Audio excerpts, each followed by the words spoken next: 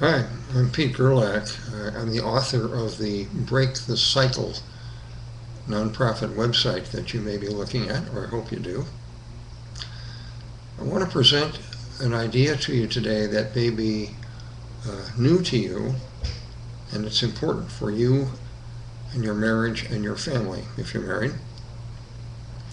The subject is blocked or incomplete grief. You ever attended a lecture on that? Ever read a book about that? I've been a professional therapist for over 31 years, and what I've come to observe in many troubled individuals, couples, families, is that one of the stresses that they experience, and they're for the most part unaware of, is grief that has not been completed. The Break the Cycle website is composed of 8 self-study lessons. They're sequential. The third lesson has to do with raising your awareness on what is good grief. What is healthy grief, and how does it get blocked? And if you are suffering incomplete grief, what can you do to free it up? Grieving is nature's way of helping us adapt to inevitable broken bonds. A bond is created when we form a special emotional, psychological, mental attachment to something or someone. It can be physical, like a person, like a house, like a favorite location, like an object, a memento. It can be invisible. We can form bonds to our health, to our youth, to our freedom, to our integrity, to our looks. We form attachments or strong preferences to things throughout our lives for reasons that are within our control or outside our control. Our bonds break. Death is the most common, well-known kind of broken bond. When you lose a loved one, a child, a mate, a parent, a sibling, a mentor, there are many other equally powerful losses that we all experience throughout our lives, and very few people pay any attention to them. Our culture tends to demean and minimize losing and healthy grief. How can you tell if you have incomplete grief? The symptoms are similar to depression. One major symptom is chronic sadness. Another major symptom is chronic anger.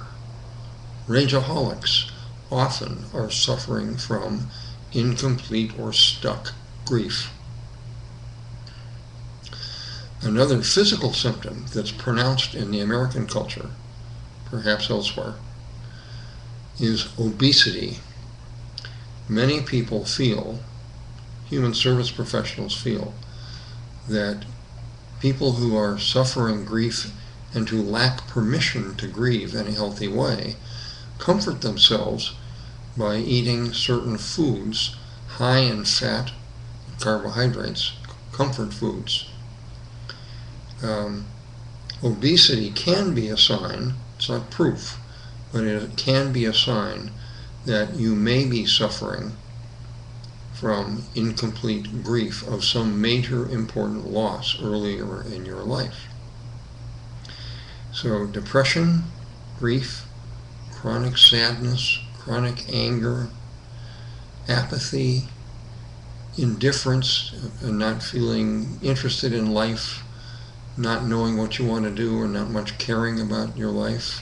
Sometimes suicide is a symptom of unfinished grief and some other things. So there are signs all around us that people may be experiencing and burdened with incomplete grief. Lesson 3 gives you more detail on how to determine if perhaps you or someone you care about, including children, are blocked in grieving important losses. If you conclude that you are blocked or someone you care about, what can be done? The good news is you can free up and complete healthy 3-level grieving. By 3-level, I mean mental, psychological, and for some people, spiritual. Grieving has 3 levels. Each level has several different phases. If you have blocked grief or incomplete grief, the very first step to take is study lesson 1 in this website, which costs nothing. It's free education based on 31 years of research and clinical experience.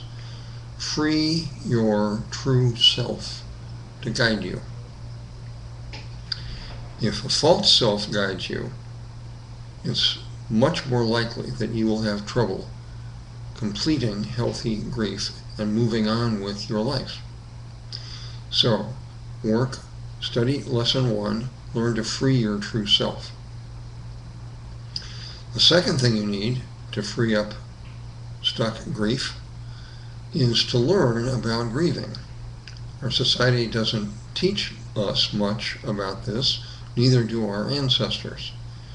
Lesson 3 provides some fundamental information about bonding, losses, and grieving, the 3 levels and the phases of normal grief. So learn about healthy grief. One of the things you'll learn in this lesson is that a requisite for healthy grief can be called permissions. There are 2 kinds of permissions we all need in order to grieve well. The first starts within our skin. We need to have permission to go through the 3 levels of grief and reach the stage at the end of each level, which is called acceptance. If we are raised in a family, a low nurturance family, where the people that raise us are uncomfortable with strong emotions or with grief, they themselves don't know how to grieve, they don't tolerate kids who need to grieve, they don't guide kids and support kids who need to grieve, you may inherit an anti-grieving policy, so to speak. That means you grow up with some values that say, I must keep a happy face even if I'm dying inside. Baloney. That's unhealthy. I can't burden other people with my pain. Baloney. Not true. Other people can take care of themselves as to how much pain they're willing to share with you. I can't talk about my unhappiness. Baloney. You have to talk about your pain and your losses over and over again until your story is told. So, you may have inherited an anti-grief policy from your childhood. If so, the thing to do is to find out, what is your policy about grieving? Lesson 3 shows you how to do that. If you have an anti-grief policy, you can intentionally change it. You can adopt some new, healthier values about grieving. It's okay to cry. It's okay to get angry and feel outrage, even at God, if you sustain a major loss that doesn't make sense at first. It's okay and healthy to grieve. It's okay to be around people who permit you to and encourage you to grieve. That's the second type of permission that we all need. We need to be among healthy people who accept that grieving is a normal part of healthy life and who encourage us and patiently support us as we grieve. If you're in a family, it's useful to check out, what is your family's grief permission, your grief policy? Every family has a policy about grieving. Usually it's unspoken. It has to do with, is grieving healthy? Do we support people who grieve? How do we support them? When do we support them? How do we know when people need support? So check out your family's grieving policy, especially if you are a parent, or you may be. What are you teaching your children about healthy grieving? Are you giving them a pro-grief, supportive grief environment? They're depending on you to do that. If you don't, they are apt to, at some point in their lives, be stuck in grieving and have these psychological and perhaps physical symptoms that are toxic. So, improve your inner grieving policy. Seek a supportive outer grieving policy. Another thing you can do to support yourself is go back over your life once you understand the concept of losses and broken bonds. Take an inventory of the major losses that you have sustained in your life. A universal example is loss of childhood innocence, loss of childhood freedom. We as young and mature adults have responsibilities that we never had as kids. That's a kind of loss. Loss of health, loss of vision, loss of the use of a limb, loss of jobs, loss of hope, loss of integrity, loss of a marriage, loss of a child. When your child leaves home, even under the best of circumstances, that causes some major losses. So go back across your life when you're not distracted, perhaps with people who know you and support you. Make a list of the major losses that you have encountered. Then examine each loss and see if you have grieved it well. Signs of not grieving well include anniversary depression. Every August 4th, which is when my son died, I get real depressed. No, that is probably blocked grief. Being unwilling to talk about a loss can be a symptom.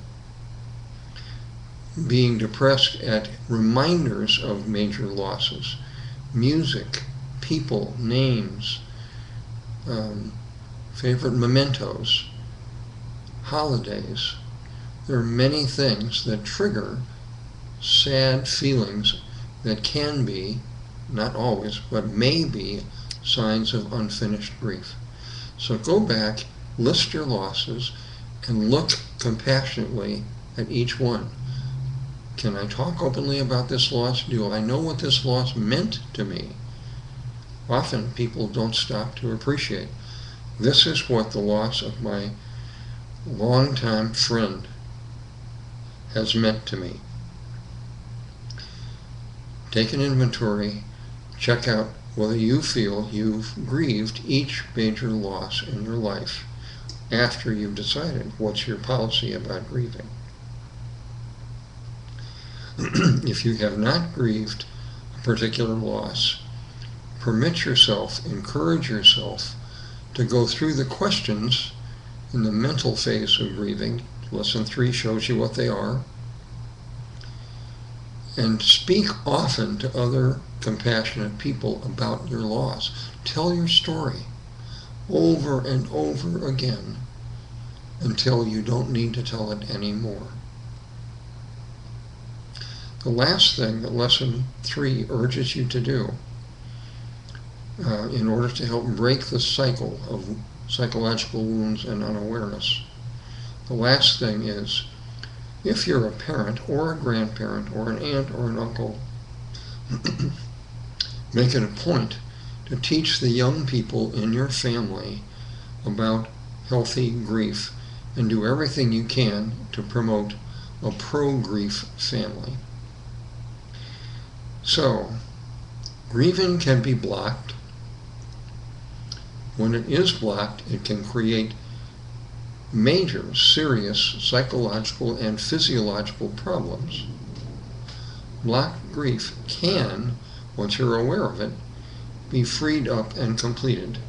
Lesson 3 out of the 8 in this website shows you how. I hope you will study lesson 1 and 3. You need 1 to do 3. I hope you find it challenging, educational, useful. I hope it raises your awareness. I hope it helps you live a more productive, balanced